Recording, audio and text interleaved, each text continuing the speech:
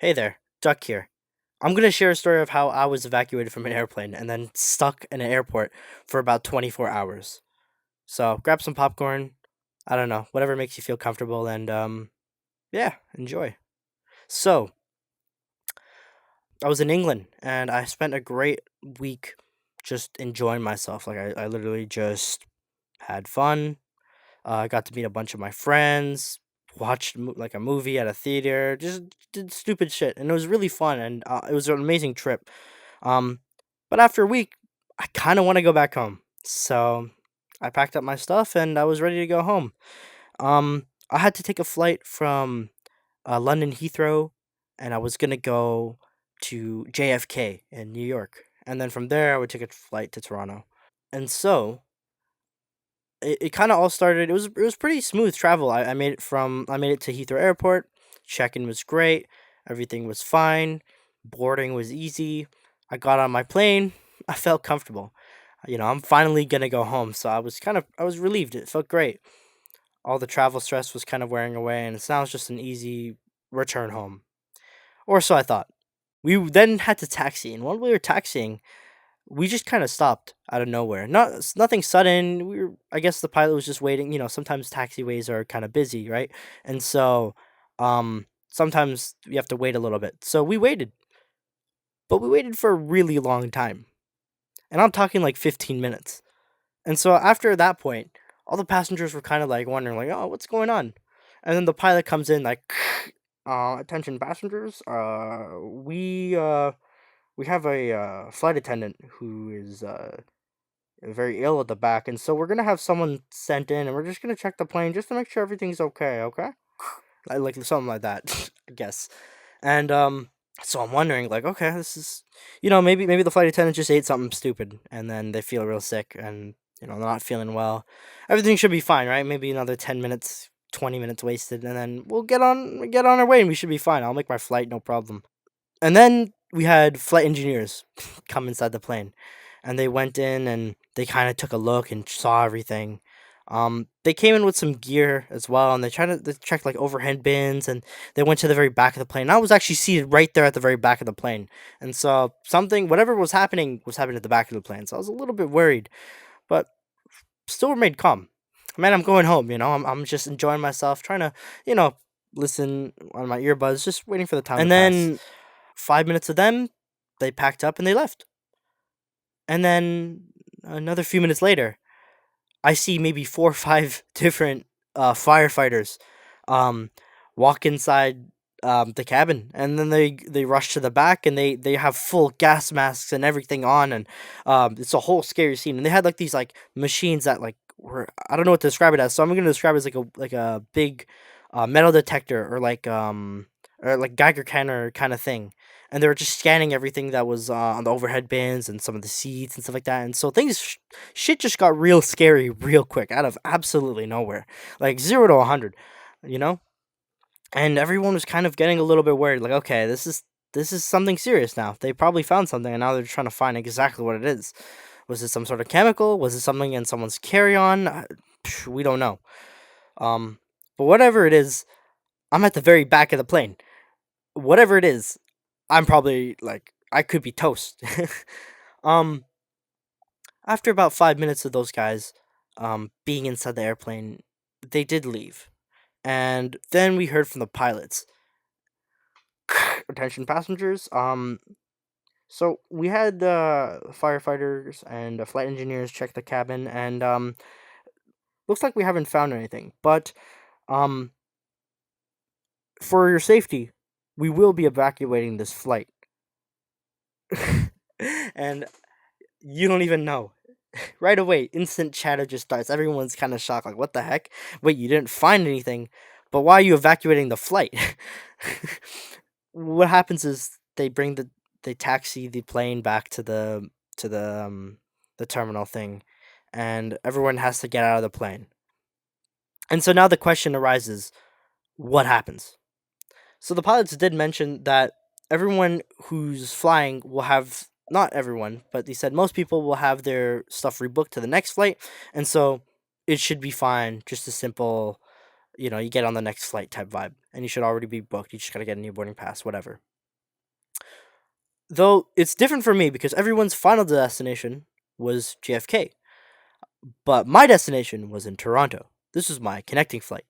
So, will I get, like, if I get on the second flight, I'm gonna miss my main flight.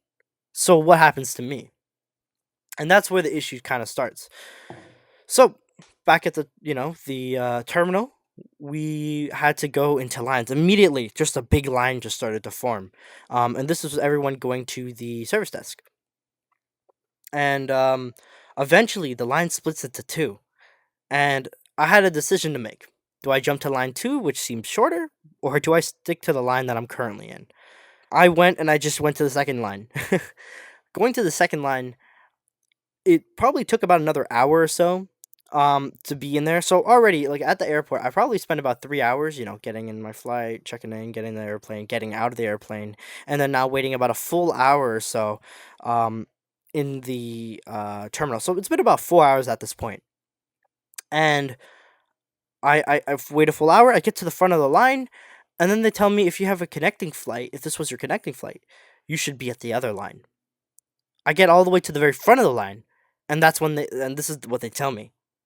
No hi, hello. They just are like, "Hey, so you're going to JFK?" I said, "No, it's my connecting flight, but I need, um, I explained it to them like that. And then they're like, "Well, sorry, I can't do anything here. You have to go to the other line." So I go ahead and I join the back of the end of that line, and that absolutely just crushed my mood. But you know what? I'm going home at the end of the day, right? So it's okay. I'll be fine. I think to myself. So I get back into the first line that I was originally in, and have to get to the very back of the line, and that's no biggie. And so what happens is, this is a very long service desk that I'm waiting at, and about a full hour of me waiting in this line again, um, the line split into two again. It's the same service desk, but split into a separate section. So now, do I stick to the line I'm currently in, or do I go to the second line? And I went to the second line. I just separated and I just went straight to the second line, thinking that, yeah, it'll be a shorter wait. But I thought, it's the same service desk, so it should be fine. And then I wait a full hour again, and so this is about 3 hours of waiting in lines. And then I finally get to the front, and then pretty much I was like one of the next few people that were going up. I was not the next person in line, but I was probably like in the third position. And then they're like, "Oh, this line's closed. Rejoin the main line." I literally waited like I literally waited an hour, 2 hours in that line, and then I get to basically the front, and they're like, "Hey, no, you got to join this other line." I don't know if the person there was on break or something, but that, like, something just went in my brain, and I'm like, that just, like, pissed me off. I didn't, like, go full Karen and start I'm a pretty reserved person, but that was like, oh, that absolutely just sucks, man. Like, do you know what I mean? Anyways, I had to bite the bullet, and I had to go to that line again, and that absolutely just sucked. Now, back at the main line, um, I waited another about an hour and a half. So at this point, I waited 1 hour, 2 hours, 3 hours, and maybe 4 hours and a half, all in lines. Literally, I stood 4 hours and a half in lines, and I finally get to the front of that line. And throughout this entire time, I'm on the phone with my brother, who's back home in Canada, and he's like, "Hey, do this. Oh, do this. Whatever. Say this or this." And so it was getting pretty late. It was probably about 8 p.m., 9 p.m. At the terminal at the time, and I'm just, I'm trying to figure something out. I asked them, like, "Hey, so what can we do?"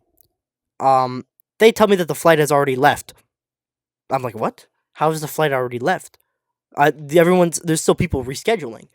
They're like, "Yeah, well, the flight left. It was supposed to leave in 3 hours. It left 2 hours ago now." I'm like, "What?"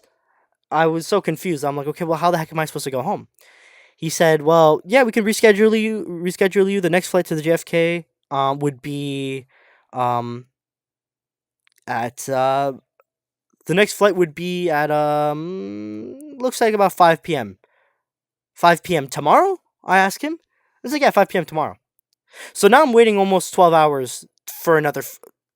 Now I'm waiting basically another 12 hours. So now I'm gonna have to wait a little bit under 24 hours to get on my next flight. So I'm like, listen, man, is there any possible way I could get on a plane like as soon as possible? What is like the quickest way? Like, do I need to take a straight flight to Toronto? Like, can I do that instead? And he's like, yeah, if you want to do a straight flight to Toronto, it would be at 2 p.m. I'm like, great, fuck, that's much quicker. I'll take that. Why not?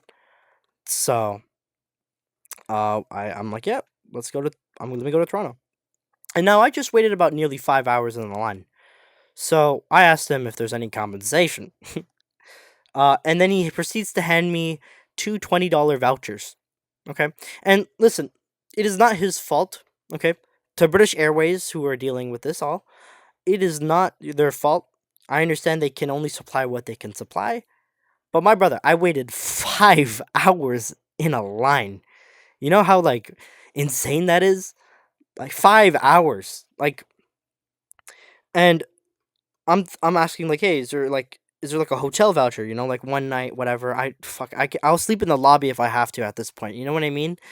Um, but he's like, no, sorry, we ran out of our hotel vouchers, and I'm like, oh great, and I'm like, is there more money you can give me? He's like, no, this is all I have. And I found out later that I was actually one of the very last people to get their flight rescheduled from that flight that got evacuated. So that just absolutely sucked. I literally was the most unlucky person on the flight. Um, I guess it is what it is. Um, anyways, um, so that all happened. At least I got my flight rescheduled. I wasted the entire day waiting in lines. But I'm gonna get a flight home eventually. Now I just gotta wait the time out. I don't have anywhere to stay, so I guess I'm gonna stay at the hotel. First thing I had to do was try to go and find a place to stay. My goal was to try to already be in the terminal that I need to be in, probably find a chair there, and then sleep on the chair for the night. So, first thing I had to do, because I'm already in a terminal, I actually had to re immigrate back into the country. So I went through re immigration again, and then I was pretty much at the main center, and then I tried to get to my terminal. I didn't know this by Heathrow, but they closed the security at night. So there's like no security. And so I'm not able to go through to my terminal at night. I don't know. Do they not do flights overnight? I don't understand it. But no, I can't go into the terminal I need to.